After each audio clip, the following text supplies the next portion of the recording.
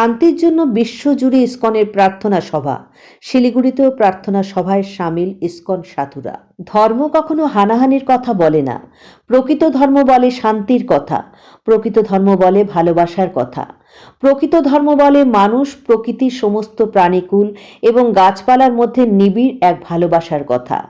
যেখানে হানাহানি, যেখানে রক্তপাত, যেখানে হিংসা, সেখানে কখনোই ঈশ্বর অবস্থান করে না।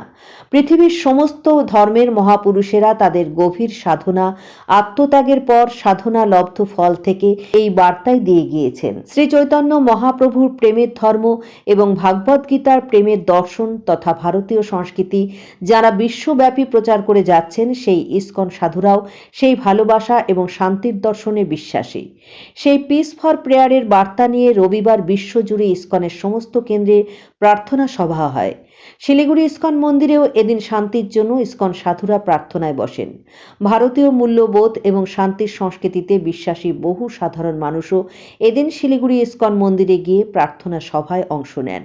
শিলিগুড়ি ইসকনের উত্তর পূর্ব ভারতের জনসংযোগ আধিকারিক নামকৃষ্ণ দাস জানিয়েছেন, বাংলাদেশের সাম্প্রতিক ঘটনার পরিপ্রেক্ষিতে তাদের এই প্রার্থনা সভা।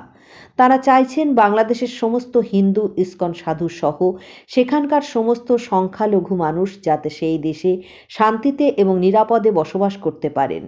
এদিন সেই বিষয়ে বিশ্বজুড়ে তাদের হরে কৃষ্ণ মহামন্ত্রের সঙ্গে শান্তি প্রার্থনা হয়।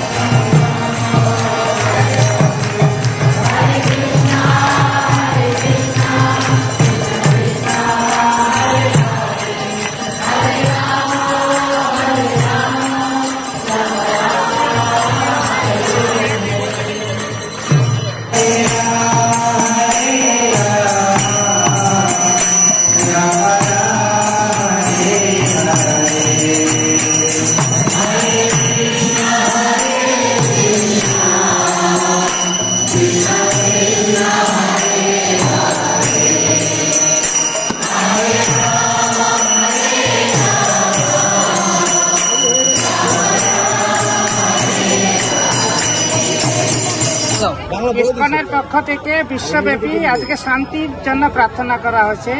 সাম্প্রতিককালে বাংলাদেশের যে আমাদের হিন্দু এবং সমস্ত মাইনরিটিদের অসুবিধা হচ্ছে, তার জন্য বিশ্বব্যাপী ইসকন শান্তির প্রার্থনা আয়োজন করা হয়েছে।